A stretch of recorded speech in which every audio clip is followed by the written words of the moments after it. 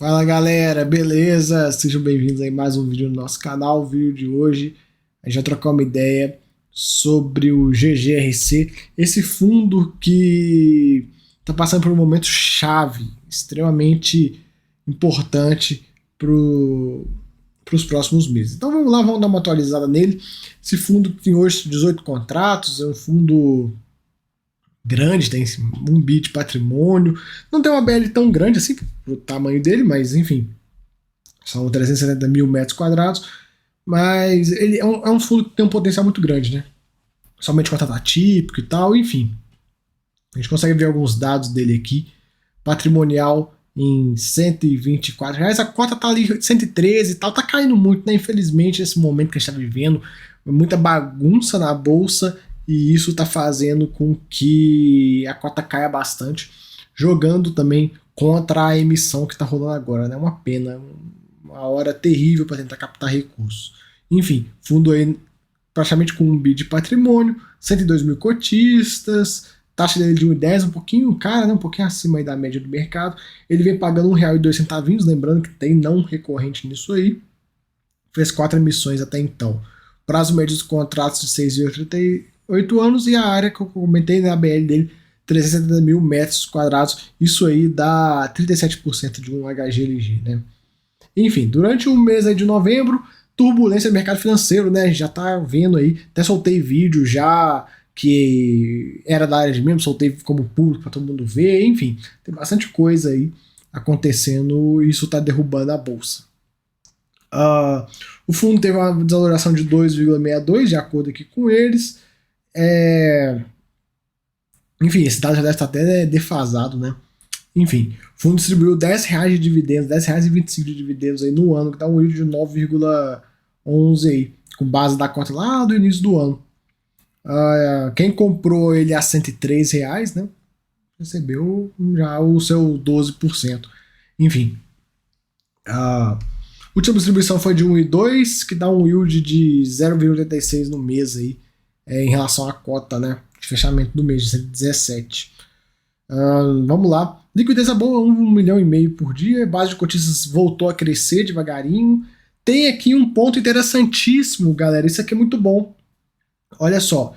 Foi recepcionado, recebido pela gestora, o interesse de um locatário em exercer a opção de recompra de um ativo da carteira do fundo. Esse ativo foi adquirido na modalidade sem leaseback, sendo que, como parte da negociação lá na época, né, os vendedores poderiam efetuar a recompra após um período mínimo de contrato.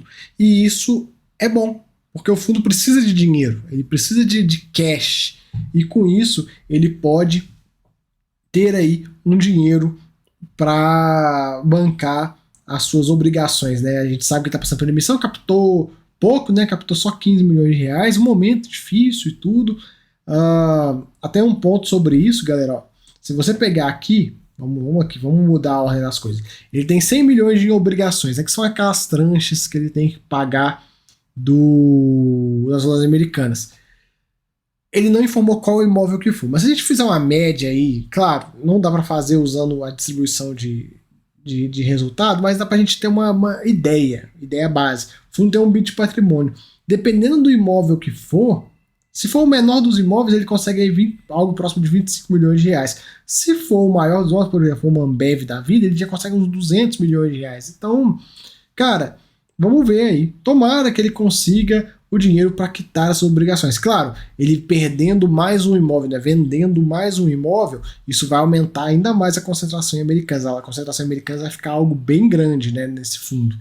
Mas, paciência, né? É melhor do que fazer um CRI. De fato, esse CRI que ele fez é uma taxa muito ruim e acabou com o cap rate do negócio. Então, vamos monitorando essa situação aí. Se ele vai conseguir fazer isso, se não vai. Às vezes ele vende um outro ativo, consegue mais dinheiro. Vamos ver se os institucionais bancam essa emissão dele, mas tá difícil, né, pessoal? Tá difícil. O mercado tá muito ruim. Enfim, ele faz um comentário sobre a proporção aqui das sobras, né? Então, se você teve 10 cotas na preferência, você vai ter aí 63 cotas nas sobras, né? Sobrou bastante cota. Covolan pagando, né, voltou a pagar, tá tudo certo, tá tudo tranquilo, aí tá indo na situação da Covolan, né, muito bom. E Aqui tem um perguntas e respostas. Primeira, caso a oferta seja cancelada, no caso agora não é mais, porque já passou o montante mínimo, ele coloca, com a quitação da quarta tranche, como ficarão os rendimentos considerados as novas cotas? Aí ele fala que depende do valor e tudo mais, enfim, deve cair um pouquinho. A data de integralização ainda não passou para a gente, né? Tem que esperar acabar essa emissão.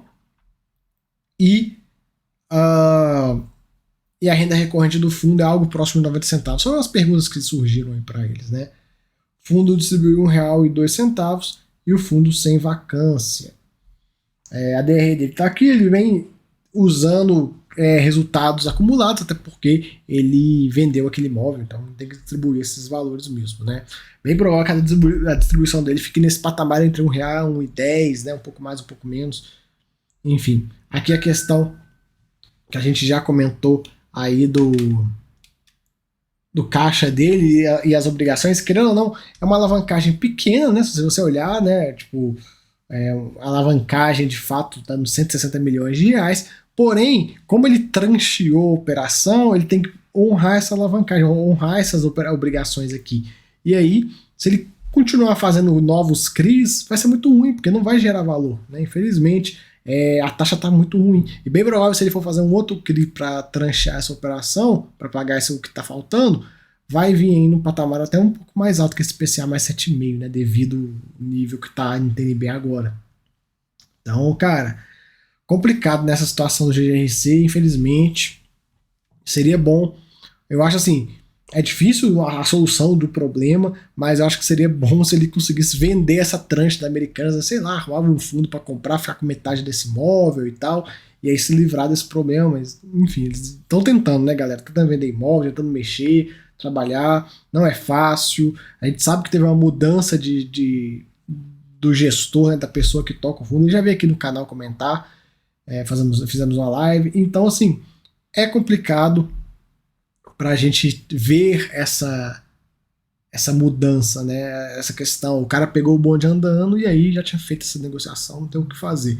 Mas eu espero aí que pelo menos os institucionais ajudem o fundo, uma capitânia da vida coloque dinheiro e aí ele resolva esses problemas, essas obrigações. Com isso, o fundo fica numa situação mais confortável. Vamos acompanhar. Vamos acompanhar.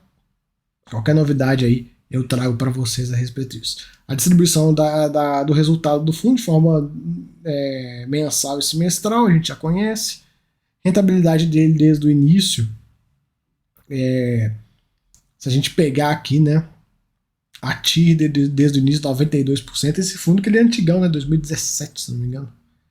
E tá aqui, ó, o valor da cota mais rendimento, 71% que deu aí de ganho desde o início. O número de cotistas que vinha caindo nos outros meses voltou a subir, agora já rompeu a marca de 100 mil cotistas, muito bom. Claro, o crescimento está muito tímido, mas tá indo, galera. O fundo tem seus problemas, suas dores de cabeça, mas acredito que se resolver ele consegue caminhar um pouco mais tranquilo.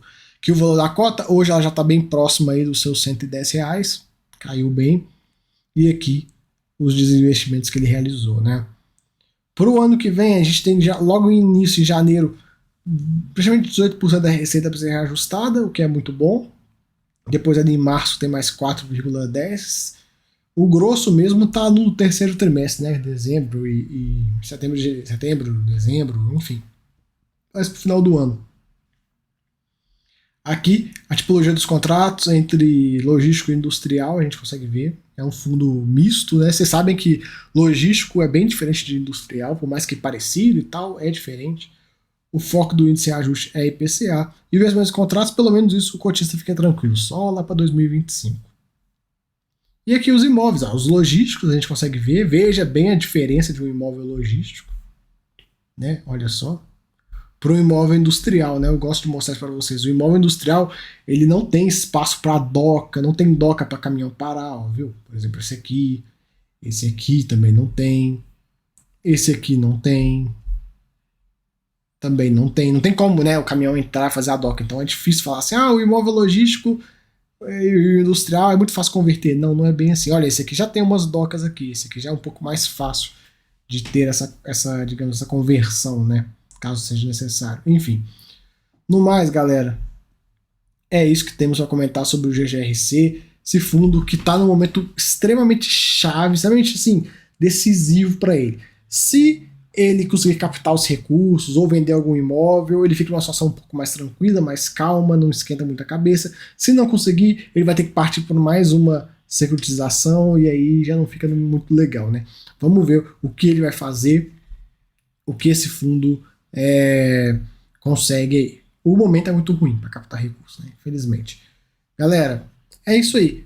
Esse tipo de situação que está acontecendo é o risco do fundo que faz uma alavancagem. É o risco de um fundo que parcela uma compra em várias parcelas e chega, né, o mercado muda drasticamente de uma hora para outra. Então, paciência, né? Não tem o que fazer. Tem que esperar e ver, torcer. Se conseguir captar, ele resolve o problema. Beleza? Galera, valeu aí. Até a próxima. Fui.